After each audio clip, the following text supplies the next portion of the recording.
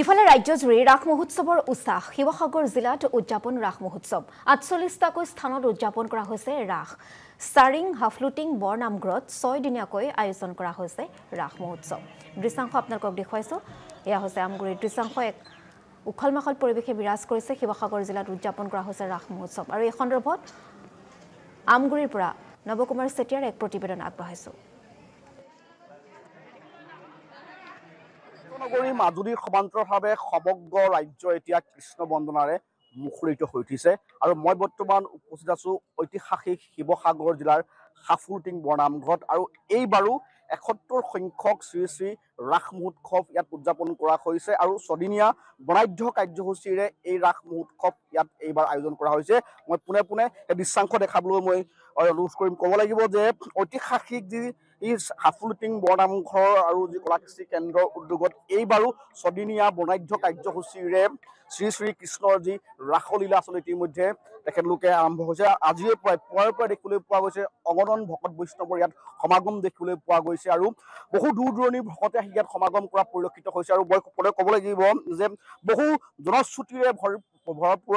এই ভাগ আচলতে ৰাস মহোৎসৱ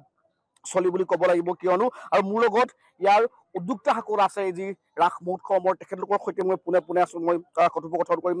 এইবাৰো আপোনালোকে আচলতে এটা ছদিনীয়া বৰ্ণাঢ্য কাৰ্যসূচীৰে ৰাস মহোৎসৱ ভাগ আয়োজন কৰিছে কি ক'ব কেনেকুৱা ধৰণৰ প্ৰস্তুতি আৰু কি আছে ইয়াত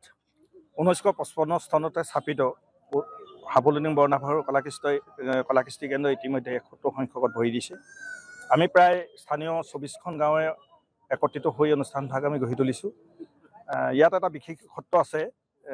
যে আমি সকলো ৰাইজ একত্ৰিত হৈ আমাৰ বিশেষকৈ যুৱকসকলে আজি এই পবিত্ৰ দিনত ধৰ্মপ্ৰাণ বৈষ্ণৱবৃন্দলৈ আদৰিবৰ কাৰণে আমাৰ প্ৰস্তুতি চলাইছোঁ আমি এই বছৰ আমি ৬দিনীয়া কাৰ্যসূচী ৰূপায়ণ কৰিছোঁ ইতিমধ্যে কালি আইসকলৰ নাম শেষ হৈ গৈছে আজি মূল স্থানীয় ৰাইজৰ দ্বাৰা পৰিৱেশন কৰিব ৰাসক্ৰিয়া মহোৎসৱ দিনৰ ভাগত বন্তি প্ৰজ্বলন কাৰ্যসূচী ইতিমধ্যে চলি আছে ইয়াৰ পিছৰ আৰু বাকী ৪ দিন ভাওনাৰে এই অনুষ্ঠানটো ৰূপায়ণ কৰা হ'ব ইয়াৰ মাজতে বিভিন্ন স্মৃতিতৰ্পণ শ্বহীদ তৰ্পণ আদি বিভিন্ন ধৰণৰ কাৰ্যসূচী আছে আমি এই অনুষ্ঠানটোলৈ অত্যন্ত গৌৰৱান্বিত বিশেষত আমি এটা কথা সকলোৰে আগত অৱগত কৰিছোঁ যে এই অনুষ্ঠানভাগী এটা বিশেষত্ব আছে যিসকল ব্যক্তিয়ে ভক্তিভাৱে নামঘৰভাগী বন্তি প্ৰজ্বলন কৰি সেৱা ধৰে তেওঁলোকৰ মনোবাঞ্ছা পূৰ্ণ হয় আনকি দেখা যায় যে যিসকলৰ নিসন্তান প্ৰতিসন্তি হোৱা নাই তেখেতলোকে ইয়াত বন্তি প্ৰজ্বলন কৰি সেৱা সৎকাৰ কৰি সহায় সপুৰা দি তেওঁলোকে সন্তান লাভ কৰিব পৰালৈকে ইয়াত মানে দৃষ্টান্ত ইয়াত আছে আৰু তেখেতলোকে সন্তান হোৱাৰ পিছত আহি পুনৰ ইয়াত বন্তি প্ৰজ্বলন কৰে হয় ধন্যবাদ জ্ঞাপন কৰিছোঁ সমগ্ৰ দৃশ্যাংশ দেখুৱাৰ বাবে হৈছে আমগুৰিৰ দৃশ্যাংশ ৰাজ্যৰ বিভিন্ন প্ৰান্তৰ সমান্তৰালকৈ আমগুৰিতো উদযাপন কৰা হৈছে ৰাস